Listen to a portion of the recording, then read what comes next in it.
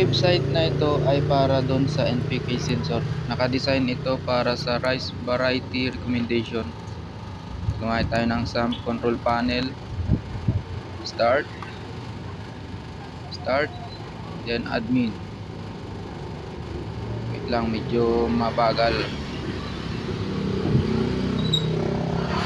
So ito po yung ating code. Naka pure PHP po tayo. At naka spaghetti code na rin.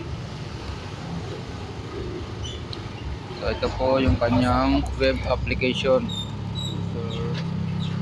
So ayan po, meron po siyang users account. So kailangan po natin munang mag-register. Ito po yung rice variety library. Makikita nyo po dyan yung mga variety ng palay.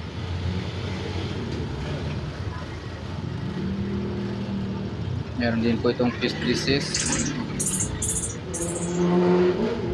Yan po, yung mga fish din ng palayan.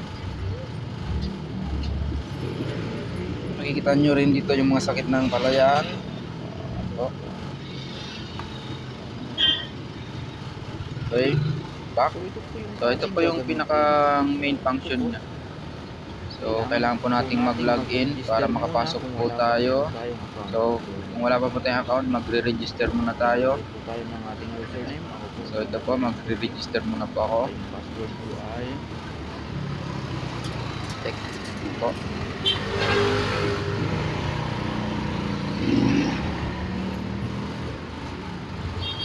Password. Okay, oops. Username already exists. So meron na po nito.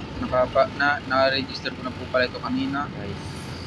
So gagamit po tayo ng ibang users. Rice 1. Yung password ay Rice 1 din. So bali nagtitest pa lang naman po tayo. Register. So register. Okay.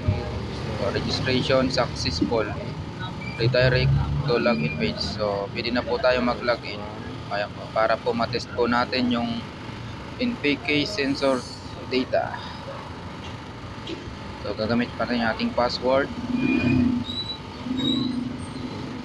Okay, login. Oops. Click okay lang po. Okay. Ayan po, dito po natin i-input yung data na nare-read po ng ating NPK sensor. So ayan po, yung na-read po ng aking NPK sensor, yung nitrogen level niya po is 1, 2, 3. Yung phosphorus level po is 145. So yung potassium level po is 2, 3, 4. So isa-submit po natin yan. Click submit and analyze. So dyan po natin makikita. Yan po yung kanyang inire-recommend na rice variety base po doon sa ating NPK sensor level natin is sa ating lupa kanina. So yan po. So back po tayo. Pwede po nating i-review yung ating tinis na lupa. Meron po tayong users account. Direct po tayo dyan. Dyan po natin ilalagin yung ni-register nating account kanina. So make sure po na wag makakalimutan yung password. Ayan po. Login. So ito po yung kaninang in-input natin. So nakasave po siya. Unknown location. Nitrogen 123, phosphorus 145, potassium 234. So yan po, rice variety E. Yan po yung nirecommend niya kanina. RC222. Okay, yun lang po. Back home. O yan. Okay, yun lang po. Maraming salamat.